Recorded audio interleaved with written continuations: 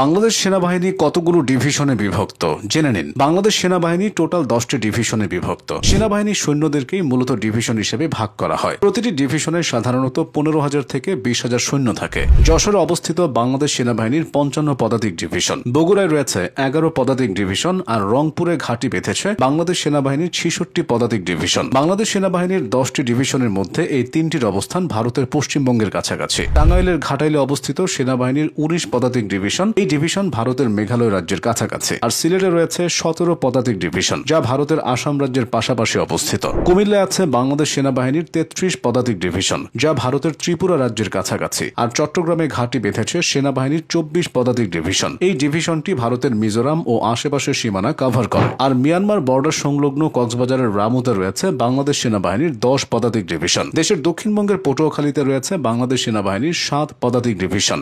আর বাংলাদেশের কেন্দ্রবিন্দু ঢাকাকে সুরক্ষিত রাখতে সাভারে রয়েছে বাংলাদেশ সেনাবাহিনীর 9 পদাতিক